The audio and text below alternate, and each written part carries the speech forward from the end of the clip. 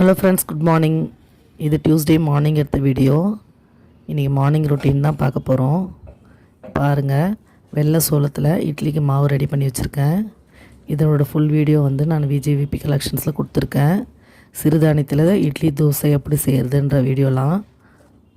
இது கூட இட்லி அரிசி, உளுந்து, வெந்தயம், வெள்ளை சோளத்தில் டேஸ்ட் நம்ம ஒயிட் ரைஸில் சாப்பிட்ற மாதிரி தான் இருக்குது. நான் எப்போவுமே கிட்ஸுக்கு இந்த மாதிரி சிறுதானியத்தில் தான் இட்லி தோசைலாம் ரெடி பண்ணி கொடுப்பேன்.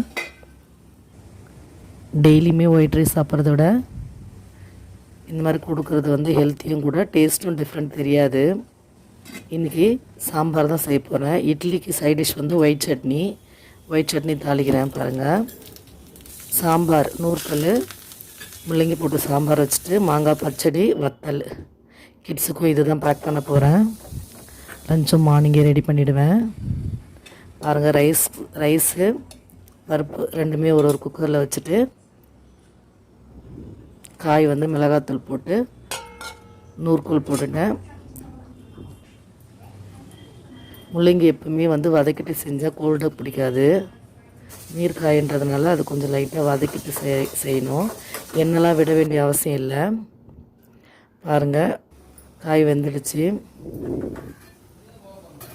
இதுக்கு சைட் டிஷ் மாங்காய் பச்சடி தான் பண்ண போகிறேன்.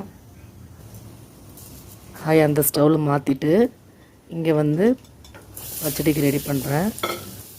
பச்சடி வெறும் மிளகாத்தூள், எண்ணெய், கொஞ்சமாக தண்ணி, கொஞ்சம் உப்பு போட்டு வேக வச்சுட்டு வெந்ததும் கடைசி இறக்கும் போது கொஞ்சமாக வெல்லம் சேர்த்துட்டு ஸ்டவ் ஆஃப் பண்ணிட வேண்டியதான். பச்சடி ரெடி. வீக்லி ஒன்ஸ் சாம்பார் சாதம் எடுத்துகிட்டு போயிடுவாங்க. ஆனால் இந்த மாதிரி வத்தல் ஏதாவது நான் ரெடி பண்ணி கொடுத்தோன்னா தான் சாப்பிடுவாங்க. இன்னொன்று, குழம்பு தனியாக எடுத்துகிட்டு போகிற பழக்கமும் எங்களோட கிட்ஸுக்கு இல்லை. அதுலேயே நிறைய சாம்பார் ஊற்றி கிளறி கொடுத்துருந்தோம். இட்லியும் ரெடி ஆகிடுச்சு. பாருங்கள், இதுக்கு தேங்காய் சட்னியும் சாம்பாரும் கொஞ்சம் வச்சு கொடுத்தோம்னா சாப்பிட்டு போயிடுவாங்க.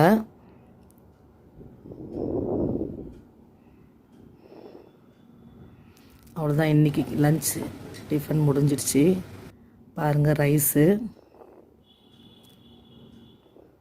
நூற்கல், முள்ளங்கி போட்ட சாம்பார் ரெடி. இதுக்கு சைட் டிஷ் வத்தல் வறுத்து வச்சுருக்கேன். இது மாங்காய் பச்சடி, கொஞ்சமாக மாங்காய் பச்சடி செஞ்சு வச்சுருக்கேன். இது ஒயிட் சட்னி, இட்லிக்கு ஒயிட் சட்னி. இட்லி இன்னும் கொஞ்சம் இட்லி ஊற்றி வச்சுருக்கேன். பால் காய்ச்சி வச்சாச்சு காஃபிக்கு. ஓகே ஃப்ரெண்ட்ஸ், வீடியோ பிடிச்சிருந்தா லைக் அண்ட் சப்ஸ்கிரைப் பண்ணுங்கள். ஃப்ரெண்ட்ஸ் அண்ட் ஃபேமிலிக்கு ஷேர் பண்ணுங்கள். தேங்க்யூ.